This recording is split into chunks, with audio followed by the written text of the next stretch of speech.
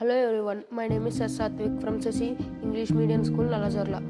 This innovative system detects earthquake and automatically moves or secure the bed to keep person safe. Our goal is to build an automatic safety system that reacts instantly when an earthquake occurs. Using sensors and motors, our bed detects vibration and performs safety movements. Let's see it in action. When we tap the sensor to simulate vibrations, you can see the bed mechanism responding immediately, just like during a real earthquake. Our project includes these key components: Arduino UNO, the brain of the system, buck converter, vibration sensor, 12 DC power adapter to servo motor. All these parts work together to create a credible earthquake response system.